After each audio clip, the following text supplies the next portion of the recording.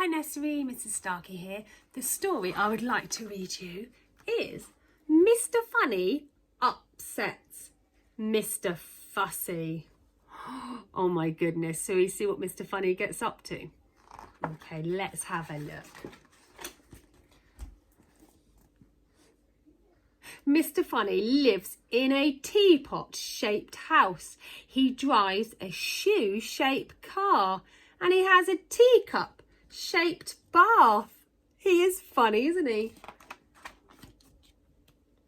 Mr Fussy lives in a very ordinary house and drives a very ordinary car, and his bath is a very ordinary bath. Mr Funny is a very funny fellow. So funny that when he pulls one of his funny faces, you can't help but laugh. Look at his funny face. Mr Fussy is very serious about keeping everything neat and tidy and spick and span. Now Mr Funny lives at the very end of Long Lane and Mr Fussy lives halfway down Long Lane. So whenever Mr Funny goes out for a drive in his shoe car, he has to pass Mr Fussy's house. Every time that Mr Funny passes Mr Fussy, he pulls one of his funny faces. And as hard as he tries, Mr Fussy can't help laughing. He laughs so much that he ends up having accidents. Oh no, look what he's doing here. Like the time he was mowing his lawn, he laughed so much that he ruined all of his nice straight lines. Look, these are really straight lines.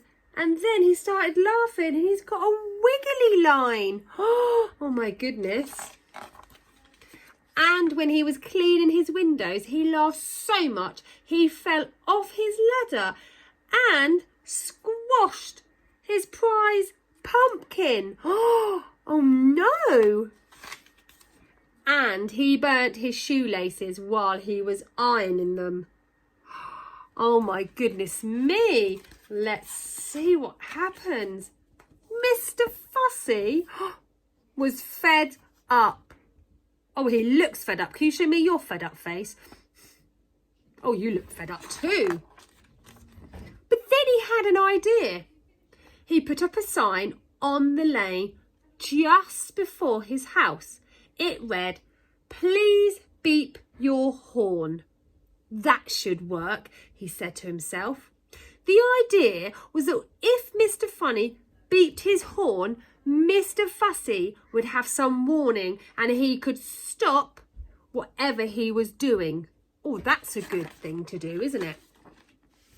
The next day, Mr Funny was driving down the lane as usual when he saw Mr Fussy's sign. So he beeped his car horn and stopped his shoe cart outside Mr Fussy's gate. Mr Fussy had not reckoned on the sound that Mr Funny's car horn would make. It didn't go beep. Oh no. It sounds like someone making a very large, loud raspberry noise. Went the car horn. Oh no.